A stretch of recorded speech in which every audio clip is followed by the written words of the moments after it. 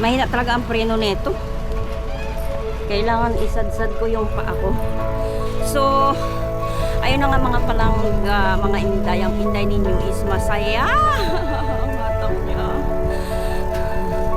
Masaya. Talagang alam nyo ba, naiyak talaga ako sa result ng heart ng aking apo.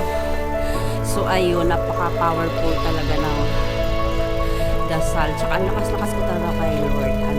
Talagang as in, talagang, alam mo, ini-expect namin guys na medyo matagal pang gamutan kasi hindi namin alam anytime pwedeng siyang ganon kasi nga is yung ugat sa puso niya. Alam nyo, napaka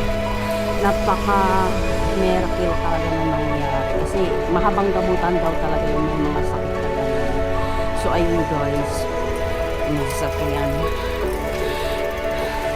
naging clear ang kanyang result. So yung left na ugat sa heart niya naging normal na kasi dati yung right lang yung normal. So doon pa kami nakapokus sa kaliwa niya.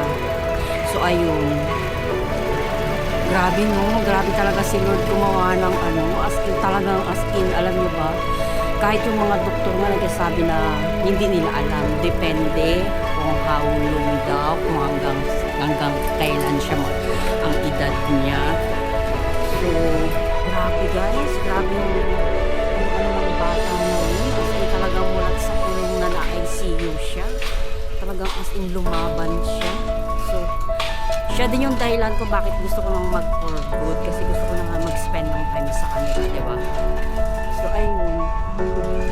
Ang tuwa-tuwa ako talaga, naiyak talaga ako. Kasi, isa rin yun sa mga hindi ako nakakatulog. Kasi nga, syempre, naaawa ako, diba? Kayo kaya magkaapo ng ganun. Tsaka napakaliit niya pa para magkaroon siya ng sakit sa puso.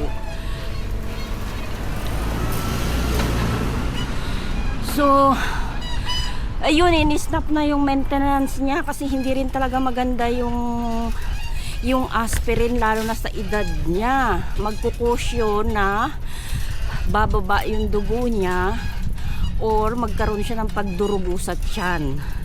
So, kahapon nakatingin siya sa mga gamot niya. Siguro nasanay na siya na iniinom niya yon kasi 12 noon eh. Every day yan, umiinom siya ng aspirin. So kahapon siguro nakatingin siya dun sa mga gamot niya. Sabi ko, tapon nyo na yan. Kasi nga nag-i-stock sila ng marami. So ayun, thank you Lord. Talagang hindi mo talaga pinababayaan yung pamilya ko mulat sa pool. As in, sobra.